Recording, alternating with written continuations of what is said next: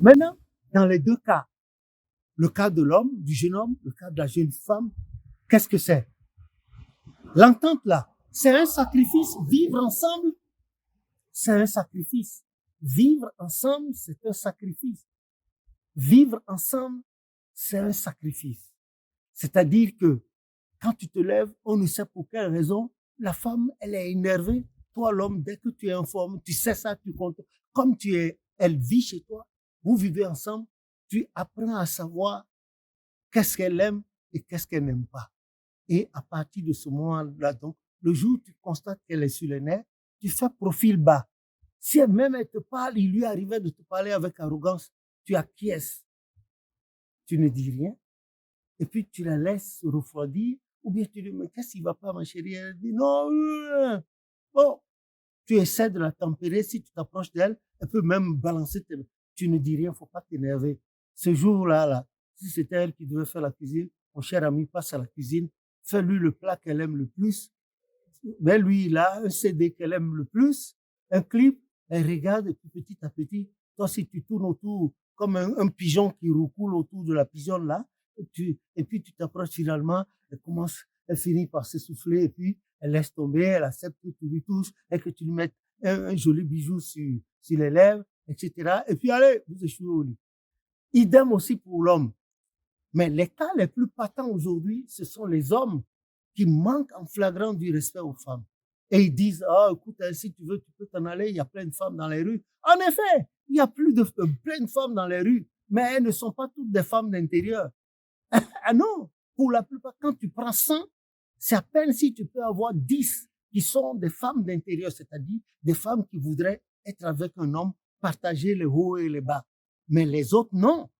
Elles sont là pour aller dans les restaurants manger, aller chez Léon, aller dans les grands restaurants au Fouquet, où tu vas dépenser de l'argent. Elles font pas la cuisine.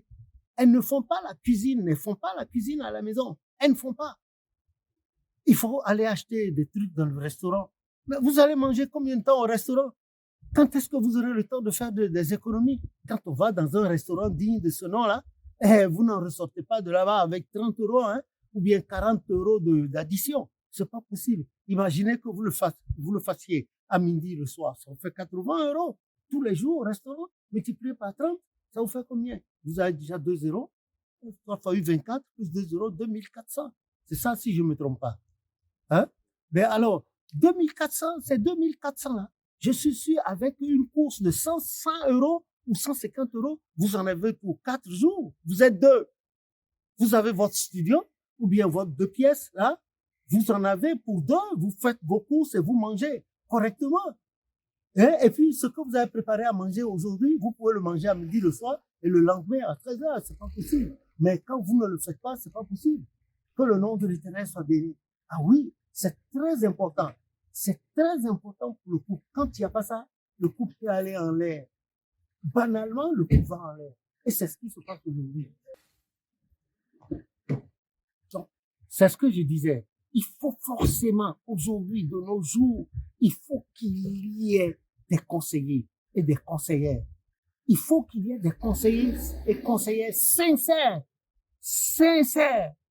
Il faut qu'ils soient sincères. S'il n'y a pas, il faut qu'elle soit sincère. S'il n'y a pas cette sincérité, on connaît des gens dans ce pays, hein, qui vous disent à vous deux des trucs et qui passent derrière dire autre chose à l'homme ou qui passent derrière dire autre chose à la femme. Mais ce couple est voué à l'échec. Il ne faut pas que vous soyez dans la précipitation. Vous avez vu ce que j'ai dit maintenant. Elle sait très bien de quoi je parle. Elle le sait très bien. Eh ben, notre fille s'est engagée là-bas. On fait quoi? Il y a un enfant. On fait quoi? Hein? Eh, c'est la prière. C'est la prière. Que le nom de l'Éternel soit béni. Mon ami, c'est comme ça que je puis essayer de répondre à ta première question. Que le nom de l'Éternel soit béni. Sinon, pour dynamiser un couple, c'est un sacrifice. Et la Bible a dit, malheur à celui qui est seul. S'il tombe, il n'aura personne pour le relever. Mais à deux, on peut se réchauffer. Et l'exemple, ça s'exprime. Quand vous voyez les animaux sauvages, quand je prends par exemple le porc. Le porc, c'est un animal domestique qui a ses cousines, les phacochères, tout ça. Et quand le soir venu, vous voyez, les porcins, là, les petits, la main se collent entre eux. Donc, ils se réchauffent. Même quand il fait froid, la chaleur, là, elle est commutative au milieu d'eux. Ils peuvent se réchauffer. Voilà, à deux. Ce n'est pas bon d'être seul. Ce n'est pas bon. Dans les cités où les gens vivent, les gens sont morts. On a découvert leur truc 1 an après, 2 ans après, tout simplement parce que leur boîte à lettres était remplie, les lettres tombaient. Et, qu'est-ce qu'il y a? On frappe, on défonce, on voit le corps déjà en putréfaction avancée. Que le nom de l'Éternel soit béni. Donc, je ne nous souhaite pas cela. Nous avons pris de l'âge et nous sommes en train d'évoluer petit à petit un jour vers la séparation de l'esprit et du corps. Nous allons quitter la terre un jour et nous allons vous laisser passer le témoin. Il faudrait qu'à votre tour, vous donniez la priorité à l'Éternel Dieu dans votre vie. La priorité à l'Éternel Dieu dans votre vie pour que les choses aillent bien. Ne jamais prendre de décision à l'insu de Dieu. Il faut tout passer à la censure de Dieu avec humilité. Ne dites pas forcément à Dieu de vous donner ce que vous voulez. Et si ce n'est pas conforme à votre destinée, qu'est-ce qui va se passer? Il va y avoir un gros échec. Que Dieu nous épargne ça. Amen. Donc, pour l'instant, c'est ce que je peux dire, c'est à toi de continuer ou de ne pas continuer. Que le nom de l'Éternel soit béni. Oui. Amen. Mais papa, tu disais que à chaque chose, on doit demander à Dieu une décision, on doit se mettre à Dieu. Ouais. Mais imaginons, par exemple, la chose, on a besoin de ça tout de suite et Dieu ne donne pas de réponse. Oui, mais est-ce que tu es sûr que cette chose dont tu parles là, si tu l'avais, ça te ferait du bien? C'est ça, justement. Nous ne voyons pas plus loin que le bout de nos nez. On ne sait pas. Nous ne savons pas. Si nous n'avons pas l'esprit de discernement. Vous voyez, c'est cela qui fait la différence entre celui qui croit en Dieu, qui fait tout passer par... Nous sommes dans le domaine spirituel. Hein. Nous sommes purement dans le domaine... Il y a certains qui savent consulter les médiums, d'autres qui consultent les charlatans, etc., pour savoir. D'autres, ils n'ont aucune idée de tout ça. Ils font leur truc, advienne que pourra. On a vu plein de cas comme ça, où les gens ont dit, bon, nous, on s'en fout, on vit. Et puis, du jour au lendemain, le gars, il arrive à la maison, il voit un autre homme sur sa femme. Ou bien, elle arrive à la maison, elle voit son mari sur une femme. Vous voyez ce qui se passe? J'ai vu une caricature hier ou avant-hier. Le jeune homme savait que sa compagne était une femme très brutale, violente et très jalouse. Si tu veux, maladivement jalouse.